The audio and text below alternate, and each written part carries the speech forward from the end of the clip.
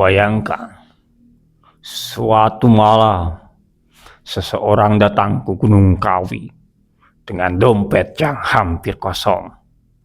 6 bulan kemudian, ia memiliki rumah mewah, mobil mahal, dan usaha yang berkembang pesat. Namun, setiap malam ia selalu bermimpi didatangi sosok yang sama, menagih sebuah janji.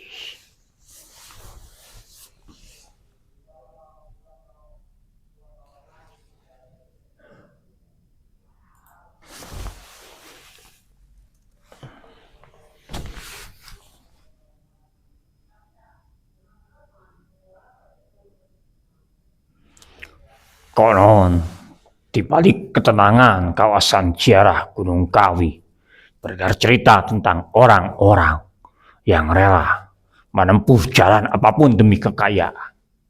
Benarkah kekayaan itu bisa dibeli? Dan jika bisa, apa harga yang harus dibayar? Assalamualaikum warahmatullahi wabarakatuh. Sampurasun. Balik lagi bareng gue Mr. G di Rumah Gudang Misteri. Sebelum kita melanjutkan ke ceritanya, jangan lupa like, comment, and subscribe channelnya Rumah Gudang Misteri. Dan kalau misalnya kalian mempunyai cerita horor ataupun ingin menjadi narasumber di Rumah Gudang Misteri, bisa DM ke Instagramnya Rumah Gudang Misteri di rumahgudangmisteri.official. Tanpa berlama waktu, kita masuk ke ceritanya.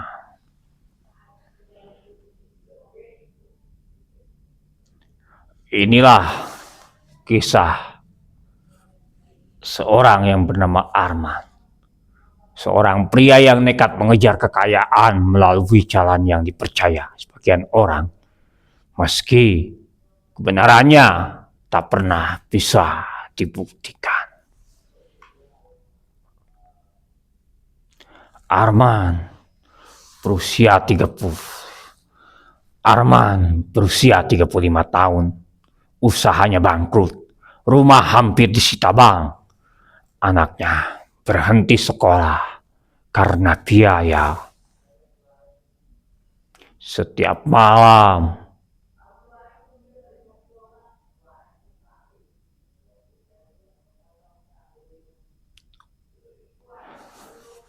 setiap hari penagih utang datang.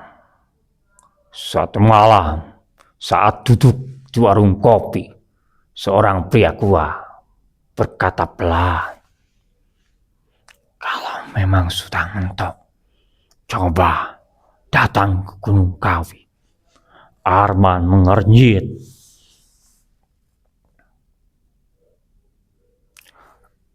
Apa maksudnya? Pria itu hanya tersenyum. Bukan semua yang datang ke sana mencari doa. Ada juga yang mencari kekayaan. Sejak malam itu, kalimat tersebut terus terngiang di kepala Arman. Beberapa hari kemudian, Arman berangkat ke Malang. Suasana Gunung Kawi terasa sejuk. Banyak penziarah datang membawa bunga dan berdoa dengan khusyuk. Namun, ketika malam mulai turun, suasana berubah. Kabut turut perlahan. Warung-warung mulai tutup. Hanya suara jangkrik yang terdengar. Di penginapan sederhana, Arman bertemu pria berjubah hitam. Pria itu bertanya, "Kamu datang untuk apa?" Arman menjawab lirih, "Saya ingin mengubah hidup." Pria itu hanya berkata, "Pikirkan lagi baik-baik. tidak semua keinginan layak diwujudkan. Malam berikutnya, Arman diajak ke sebuah tempat sunyi di lereng bukit di Gunung Kawi. Ia diminta duduk diam, tidak boleh bicara, tidak boleh menoleh. Konon, jika seseorang melanggar, ritual dianggap gagal. Waktu terasa berjalan lambat. Angin semakin dingin. Tiba-tiba Arman mendengar suara langkah kaki mengelilinginya. Padahal saat membuka mata sejenak, tidak ada siapa-siapa. Kemudian terdengar bisikan pelan. Apa yang kamu cari? Arman menjawab dalam hati, kekayaan. Suara itu kembali terdengar. Semua ada harganya. Sepulang dari Gunung Kawi, hidup Arman berubah. Ia memenangkan proyek besar. Usahanya berkembang pesat. Dalam setahun, semua utang lunas. Ia membeli mobil baru, rumah baru, tabungannya terus bertambah. Tetapi setiap pukul 3 dini hari, ia selalu terbangun, selalu mendengar suara pintu diketuk 3 kali.